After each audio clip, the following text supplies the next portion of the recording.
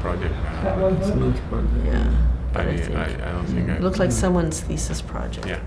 You can see that some of the students are very inspired by previous awards. That's quite obvious, and that's very good that they are inspired by the themes. For instance, the theme of the urban context.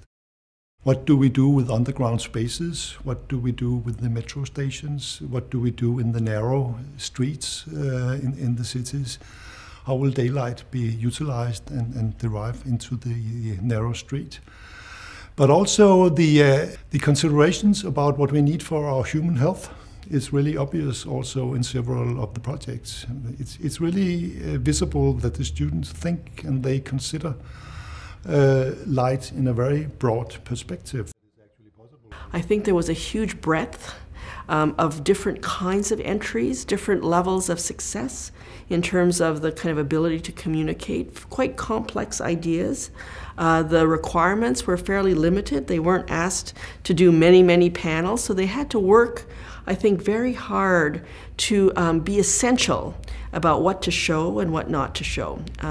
So we spent a lot of time. Our first day was really, I would say, very hard work because we took it very seriously and we looked very carefully at a huge number of entries. I must say at the beginning it was incredibly difficult, and I personally had to take a step back and think about like walking in the forest, how when you first walk into a forest you're a bit disorientated, but if you keep walking slowly, there's an understanding that comes across you.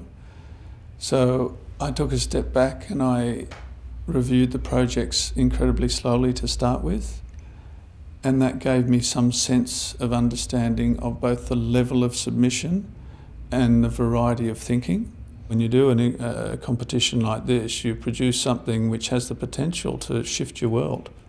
The projects that touched me particularly and some of the jury members were specifically projects that had that ability to connect with the past and the present and the future, and the sense of how daylighting and the idea of light and architecture can be a great way to connect us with a place and with a sense of the memory of a place.